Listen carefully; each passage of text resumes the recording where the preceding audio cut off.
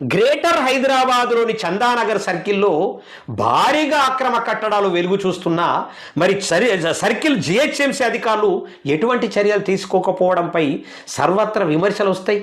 ఎందుకు రావు? ఎందుకు చేయట్లేదు? అది ముఖ్యంగా టౌన్ ప్లానింగ్ సెక్షన్ అధికారుల విధి నిర్వహణపై అనేక అనుమానాలు తలెత్తుతున్నాయి. ఒకవైపు ఆరోపణలు, మరోవైపు విమర్శలు వెల్లువెత్తుతున్నా Chandanagar circle ACP assistant city planner మాత్రం ఉలుకు పలుకు లేదు. నాకేం తెలియదు,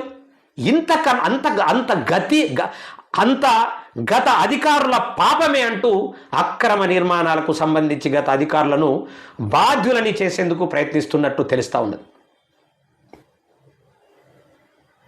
గత కొద్ది కాలంగా చందానగర్ సర్కిల్ ఏసీపీ పరిధిలోని చందానగర్, మియాపూర్, అబీస్పేట్, మాదాపూర్ డివిజన్లో అక్రమ నిర్మాణాలు ఊపందుకు